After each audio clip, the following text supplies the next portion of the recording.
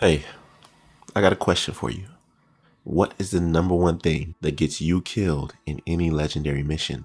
I can bet almost anything that it's one of these two things. The Grenader, whenever he launches them at you to wreck your day, or the drone operators with her annoying beeping drones that are difficult to shoot and never stop coming. Comment below if it was one of those. I can't count how many times this happened to me. So have you ever wanted a build that can address both of these issues with ease? Well, I have just the thing, so drop a like if you're hype about what I'm about to show you, and subscribe to my channel if you're new.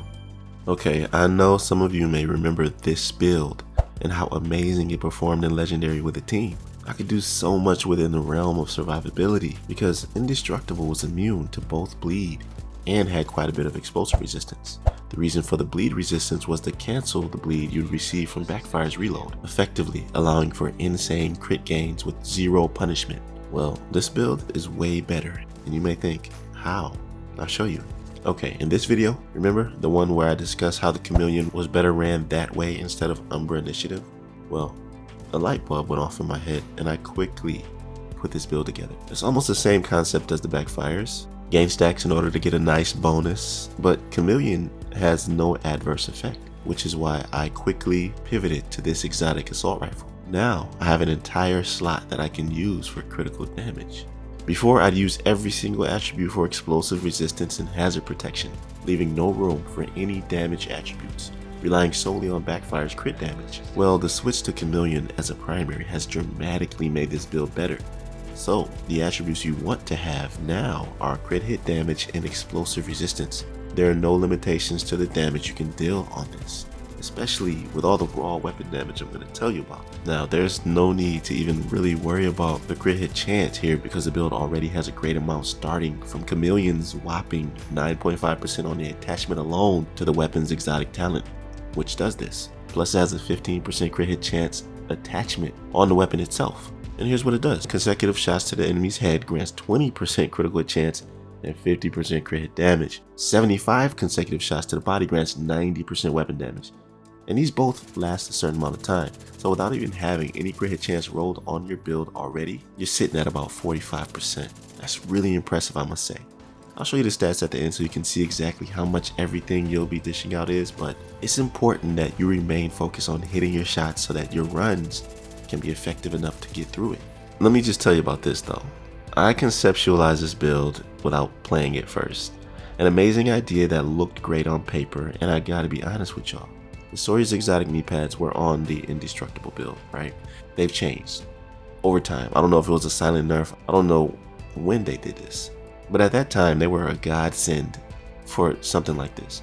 They still come already with an explosive resistance attribute, which is what you want. And they used to give you up to 30% weapon damage, and they still do, so long as you're stationary. But if you move even an inch, you lose that weapon damage bonus in 10 seconds, no matter what. Then it has to be built all the way back up again. And without moving. This, ladies and gentlemen, is called a nerf. Because before, if you did move, the difference was that you had within 10 seconds to stop moving in order to maintain that weapon damage bonus. It didn't end, it just stayed, which meant that it was with you at all times if you maintained it and paid attention. Now the Sawyer's exotic knee pads are just okay to me, which is why I had to change things up once I played this build in Legendary. And excuse my voice, I'm feeling a little under the weather because of the change to fall to winter. You know how that transition is. Messes with your immune system, you feel me? Anyways, going back to this, no longer do I use the Sawyer's exotic knee pads. Instead, I have Fox's Prayer for the damage to targets out of cover rolled with explosive resistance. So I don't have the ability to ignore stagger, but I still have that resistance from explosions. Because as I always say, if a build doesn't work, it just doesn't work. And I'm not about to spread misinformation to y'all. One more piece I had was the Hollow Man, which is one that I also switched out for the Coyote's mask, and this is the only piece of gear with no explosive resistance rolled on it because it's an exotic.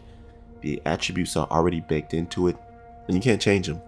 So make no mistake, you cannot miss one single explosive resistance attribute roll. Aside from this, it must be on every piece because you can't get it anywhere else except from certain brand bonuses. I didn't want to add those because for one, they take too much space away from my build since I want more damage attributes. And 2, the previous indestructible build was a perfect example. I had explosive resistance and hazard protection rolled everywhere, so I only had less than 80% crit hit damage to work with that was natively on the build. Kind of underwhelming when trying to gain the stacks from backfire. Well, not this time. The goal here is damage along with that survivability. And you know, the chameleon is not as powerful starting out, so it needs a little push. With these 2 changes I made, it's safe to say that the build works from the start. Once those bonuses kick in, it's even better.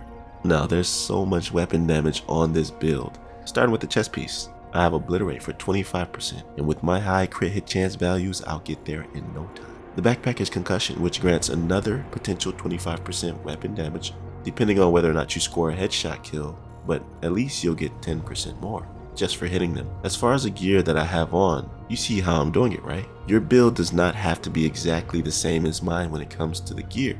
The Grupo, Seska, and Fenris pieces are a necessity for the build to help with the overall damage output.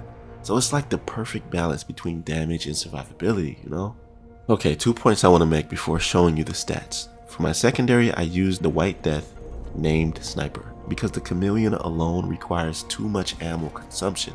I needed something that can help manage that, also chunk enemies' armor. Plus, it worked out because I'm using Concussion on the backpack, which is a headshot talent. Next, I've also noticed that this build is really good when playing with a team. And if you do, the Sawyer's exotic knee pads are great in that sense for utility when reviving down teammates in clutch situations. Immunity to stagger is key at that point. But now, here are the stats, and these are before all the buffs. It was such an amazing thing to have just switched out one weapon, being the chameleon for the backfire, in order for this build to be immediately upgraded. I definitely recommend this version of Indestructible because it's way more accessible for so many to try. We've eliminated the main threat in legendary missions, and when that happens, everything else gets better and more easygoing. I hope you liked this one. I know I did. But if you enjoyed it, then drop a like and subscribe to my channel. Plus, any input you have, negative or positive, I embrace. Personally, I've never seen a build like this one, even now. But maybe some of you can prove me wrong and link me to one that's similar.